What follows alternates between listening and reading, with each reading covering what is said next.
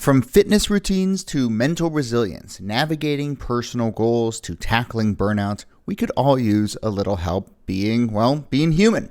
And that is what the Life Kit podcast from NPR is here to do. As I'm sure you've noticed, life does not come with a manual, but you still have to make choices every day, some big, some small, and these shape the direction of your life.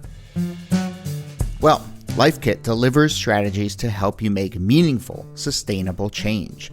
I personally am still in summer mode over here, and lately Life Kit has been really delivering with advice on how to improve your grilling or make a salad for your next picnic, how to beat the heat on a humid day. Ice towels, people, ice towels, they really make a huge difference. But of course, even when you are in summer mode, life still presents much thornier issues, and Life Kit has recently done episodes on preparing your home for possible flooding, staying out of credit card debt, making hard decisions together with your spouse. I promise, if you go to the Life Kit feed and take a scroll through the topics, you will find something that will help with a dilemma in your life. So go ahead and check it out. Listen now to the Life Kit podcast from NPR. Hey there, Jody here from This Day headquarters. We are taking our usual late summer break, so for the next couple weeks we are bringing you some favorites from the archives. Maybe you've heard them before, maybe you haven't. Either way, we think these are worth spending some time with, and thanks to everyone who subscribes to our newsletter who helped vote on which episodes to rerun. This is a gentle reminder to subscribe to the newsletter. Also spread the word about the show to someone, leave a review, get in touch with an idea for an episode at thisdaypod.com, and most importantly, enjoy the last few weeks of summer. All right, here we go.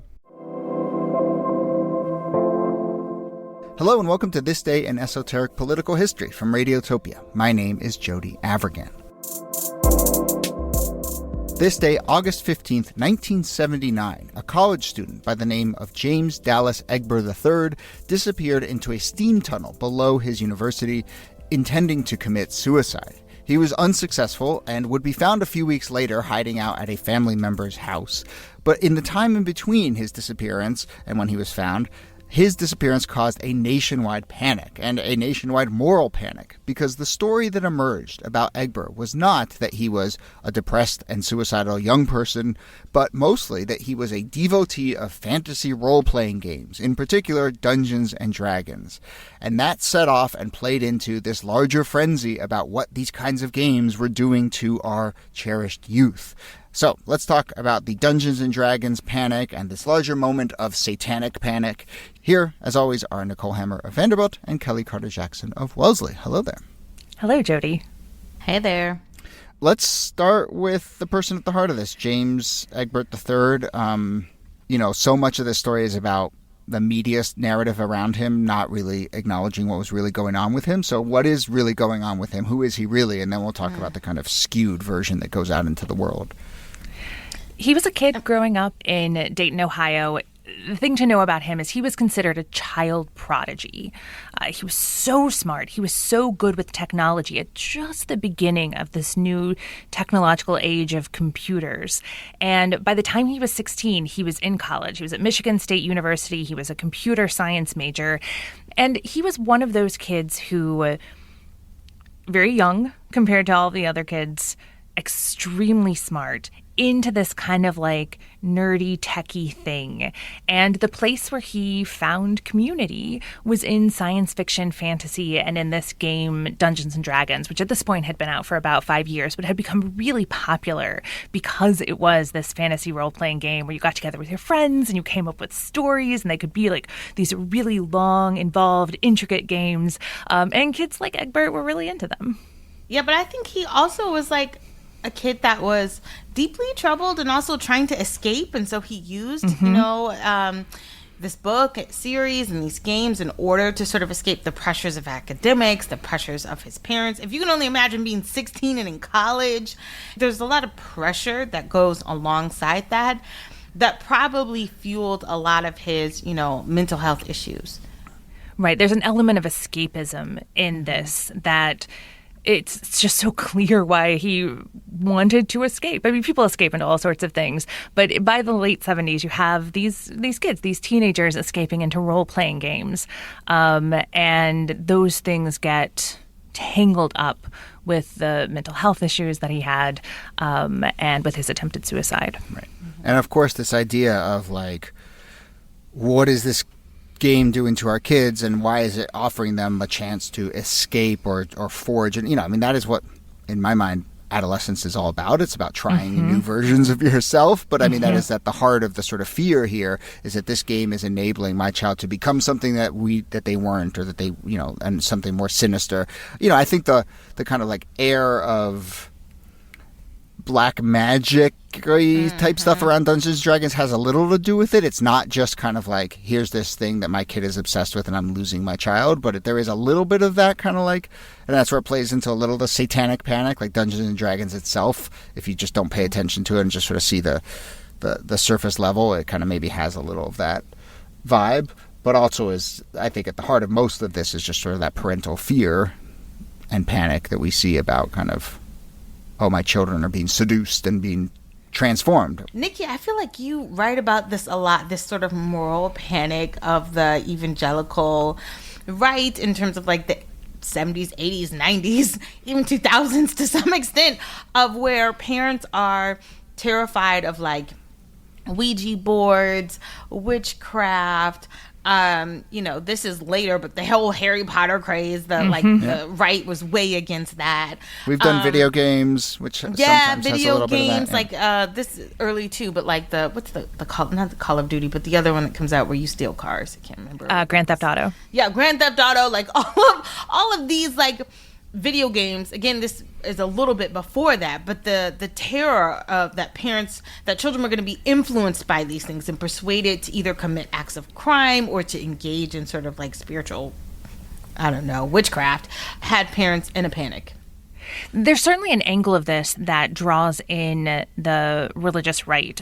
So I don't know if you know what Jack Chick tracts are, but they are these kind of evangelical little booklets that some evangelicals give out for Halloween. They'll like stick them in the kids' trick-or-treat bag, and it tells them why Halloween is like satanic.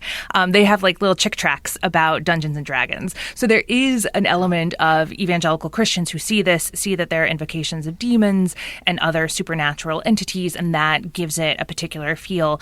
But I do think those moral panics go beyond just the right and evangelical circles. Here you have kids who seem like outcasts, who are playing around in this fantasy world, and there's a sense that, maybe they're gonna confuse the lines between fantasy and reality, and something is going to go really wrong, and they're going to be drawn into satanic rituals. They're going to become killers. I mean, you see some of the same stuff come up with like the Columbine shooting, right? Yeah. That these are like these outsider weird kids, and the things that they're interested in are going to make them dangerous to society. And that puts this in the sort of long lineage of moral panics about everything from juvenile delinquency in the 1950s to some of the stuff that we're seeing right now. And we should certainly add like heavy metal music to that list too, as probably one of the key ones that sort of elicits this kind of frenzy. So the frenzy in this case, let's talk about that. So we have Egbert does go into the tunnels below his school, and it looks, he leaves a suicide note. It looks like he's going down there, and then later we learn to attempt suicide. But his family, doesn't know where he is. They hire an investigator to determine their son's whereabouts. And it's really that investigator who I think kind of skews this narrative and maybe plays it up for the media. But one thing that's just sort of wild about this is that when they go to Egbert's room, they find a lot of like D&D stuff and a lot of this kind of trappings of a kid who's into that kind of stuff. They also find one of those like classic, I gather, like push pin map things on the wall. Like it's literally like like an investigator. I mean, that's such a cliche at this point, but it's that, and that apparently was the like map of the steam tunnels, which is where they then get this idea that like, he's obsessed with these steam tunnels, and that's where he's gone. And then they go down there and they find other evidence that he'd been there, and then this is where this investigator starts to really kind of like push the narrative in one direction beyond like, here's this depressed kid who went, to this hiding spot to commit suicide, but instead crafts this other narrative that's much more focused on Dungeons and Dragons. So, Niki, you want to tell us a little bit about this guy, William Deere, and what he kind of starts to say to the press in the wake of all of this? There's such a cinematic quality to this because you can just see like this grizzled old detective walking in and looking at those pushpins and being like, aha, it's in the tunnels. And he's learning a lot about Egber. And so he learns that Egber has been having some issues with school, that he has been maybe experimenting with drugs, that he's been depressed, that he's been struggling with his sexuality, that there are all of these things going on. But Deere doesn't want to explain all of that to the press. He wants to keep some of these things private. So he holds some of it back, and he puts forward this idea that, you know, he was involved in Dungeons and Dragons, and maybe that's why he goes down to the tunnels in order to LARP. So that, you know, Dungeons and Dragons is a board game, but you can also do this live action role play where you run around pretending that you are the character that you're playing in the real world. And these tunnels would be perfect for that, right? It would be a real place where you could let your imagination run wild. And so the media sees on that detail, and they begin to write stories that are like, well, maybe he confused reality and his fantasy, and things got out of control at that point. And that puts Dungeons and Dragons at the middle of the reporting instead of these broader issues that Egber was dealing with. Communication is critical to your success in your personal and professional life. I'm Matt Abrahams, and I teach strategic communication at Stanford Graduate School of Business, and I host Think Fast, Talk Smart, the podcast. I sit down with experts to discuss actionable advice that you can immediately apply to your life. We cover topics like managing communication anxiety, speaking better in the moment, maximizing your influence, and how to negotiate to get what you want and need. Listen wherever you get your podcasts to level up your communication. As summer winds down, I'm all about refreshing my wardrobe with staple pieces for the season ahead. And Quince nails it with luxe essentials that feel effortless and look polished, perfect for layering and mixing. I recently went and picked out a couple pairs of slacks, a light jacket, because you know that crisp fall air will be here before we know it. And then I was looking around the Quince website, and I noticed a section I hadn't seen before: kids. I'm not sure if this applies to you, but oh my gosh, my kid is going back to school soon. And not only that, they grew over the summer. That always kind of sneaks up on me. Well, luckily, Quince has stylish and affordable kids' clothes, so I quickly snagged a linen overshirt, a pair of kids' jeans, and even some new running pants. They also have kids' backpacks, by the way, just a tip. So, whether for you or whoever, elevate your fall wardrobe essentials with Quince. Go to quince.com/thisday for free shipping on your order and 365-day returns. That's QUINCE.com/thisday to get free shipping and 365-day returns. Quince.com/thisday.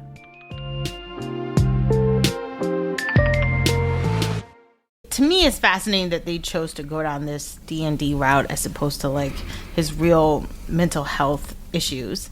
And I think in some ways, maybe that is a part of the parents as well. I suppose that they like, you know, you never want to see this as like a parenting failure. So if you can point it to something else, like an outside influence, then, you know, it can somehow assuage how you might feel about your child's choices. But what is even more, I think, saddening about this is that he does try to take his own life. He takes, sleeping pills, and he goes to that tunnel, and he's not successful in taking his own life. But that doesn't necessarily deter him. Right. Well, and that's sort of, obviously there's this narrative. Both the parents are, hyping it up, and the detective is running with it. And I would imagine in part because he sees that the media will eat this up if he sort of talks up this. Your child is under this spell of this satanic-esque game. But, you know, there's a suicide attempt. There's a suicide note. You know, and I tried to go and find if it had been disclosed. I don't think it was ever, what was in the note was ever out there. Although it's interesting, the first reporting on this, the headline the day after he disappears is "Police Seeking Genius," which is just an interesting little headline for this. But, you know, there's a suicide note. Presumably that suicide note is not like written in the voice of a character that he has become, that he's become. Right. So I think there was evidence that, like, we have a troubled kid, a real kid who's troubled in real ways. And instead it's like, no, that's not it. It's that he's become delusional and become this other character. Yeah. That's what I find so interesting about these moral panics. I mean, Kellie, you hit on it that there are all these underlying issues, but they're not talking about that. They're talking about this board game. This was one of the defining features of the satanic panic of the 1980s. The issue was child abuse. Yeah. And the answer was child abuse is happening by people that children know by and large. It happens with family members and people in authority, priests, teachers, coaches.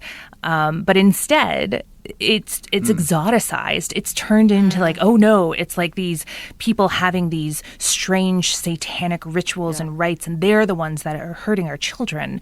And I think you see it's a displacement because people don't want to face the bigger underlying issues. Right. It's not just we're coming up with a theory because you don't know what happened. It's actually you have pretty good indication of what did happen, and you're still like running away from that.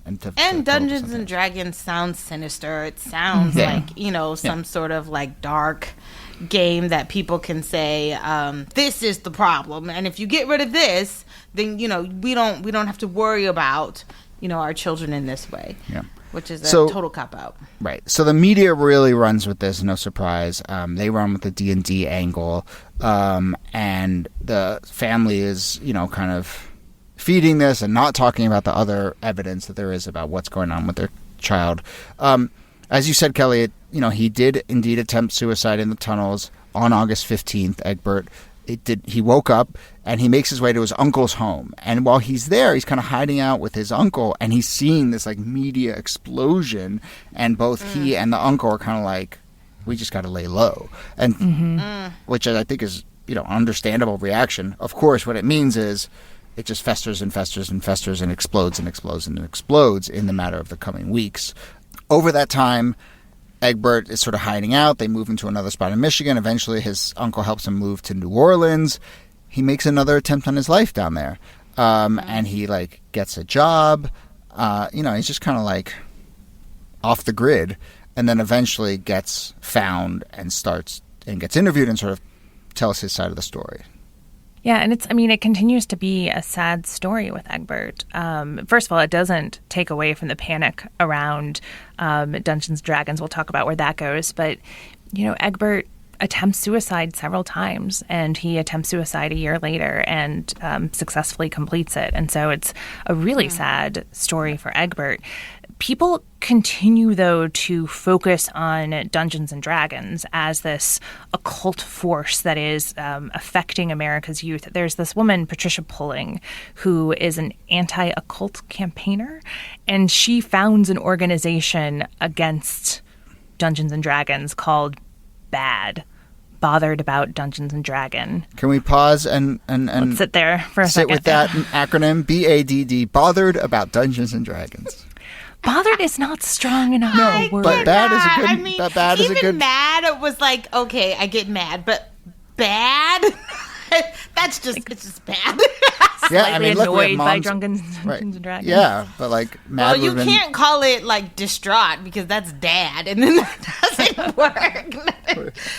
None of it works. We have moms. What is it? We have Moms for Liberty. We could have Mothers Against Dungeons and Dragons, but I guess mad was already being used. Mad was taken. But Sad. Anyway, But yeah, so that's where it becomes this larger thing and feeds into this larger era of panic, as you have. This one mother and this one organization. But as we wrap up, I'm just curious, kind of, when we've talked about other moments like this, these moral panics, there was often a moment where it does become politicized, and we're a political history show, but for instance, the rap music thing, you all of a sudden have hearings in Congress. The video games thing, we've talked about how there's hearings in Congress. Yeah. Obviously, the current moral panics around what our kids are reading in school is started probably in the political sphere, but they intersect. Do you get the feeling that this was clearly a media and a cultural and a sort of parental thing? Does it reach that political level? Are there hearings about Dungeons and Dragons or anything like that? I haven't seen any evidence that there were. It seems like there was some attention. The National Coalition on TV Violence gets involved, so it sort of blends into some of those other concerns about violence and culture. And on the religious right, there are concerns about occult and culture. But I think there was this really good line by somebody who was interviewed by 60 Minutes. The co-creator of Dungeons and Dragons was interviewed. And he's just like, it's make-believe. Think about like the game of Monopoly. Who is bankrupted by a game of Monopoly? No one is. The money isn't real. It's the same thing. Like the dragons aren't real. It's just a game. And that's kind of his defense. And I think because Dungeons and Dragons was very popular, but it wasn't ubiquitous the way that video games or TV or even like rap music was. And I think that has something to do with it.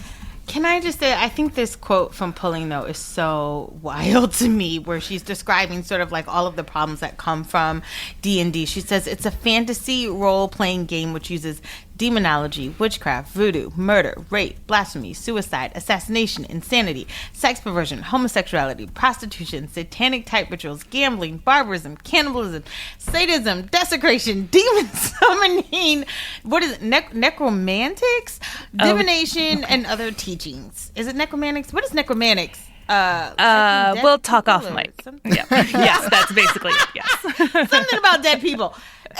That's a lot, lady. That's a lot. To put on the game. Yeah. It is. To put on the game. It is. We should say that Pulling's son died by suicide in 1982 when she started this. So again, I think that displacement is at work. That is, by the way, quite a list. Quite a list. Never have I ever. Quite a list. But I think also a way of, again, absconding some sort of responsibility for people's actual mental health and demonizing aspects of society that people, want to see as immoral. There was a way of just sort of like throwing everything out with the bathwater. And I think this game was a way people could use it as a scapegoat to not have to deal with, real issues. Mm-hmm. All right. Well, I think we will leave it there. I mean, Dungeons and Dragons, I don't think this is there was just a massive Dungeons and Dragons movie. I think it's faded away. But even in the last 10 years, in 2010, the U.S. Court of Appeals upheld a ban on D&D in a correctional institution. And the idea being that this would foster inmates' ideas of escapism and alternate realities, which frankly who is it hurting? Right. But, I would say largely speaking, this moral panic has faded, only to be replaced, as we've talked about and as many others have chronicled, just sort of every generation, there's a new one that features many of the similar contours. And, we should give shout outs to, there's all sorts of great podcasts out there that sort of dive deeply into this stuff. You're Wrong About has done a lot of stuff. There's a show called American Hysteria, who we're pals with. So, there's plenty of stuff out there if you want to go deeper on this. And Monsters and Mazes, the book and movie. The movie right, starring so that was Tom Hanks' first movie, was Monsters and Mazes, and it was inspired a little bit by here. I haven't gotten a sense in the little research I did about that movie about what the politics of that movie was. I think it was mostly just about kind of a bunch of kids who were into this kind of stuff, but it wasn't scaring up the moral panic, I don't think. But clearly it was in this moment. But yeah, Tom Hanks' first movie was inspired by this story. So there you go. All right, we will leave it there. Nicole Hammer, thanks to you as always. Thanks, Jody. And Kellie Carter-Jackson, thanks to you. My pleasure.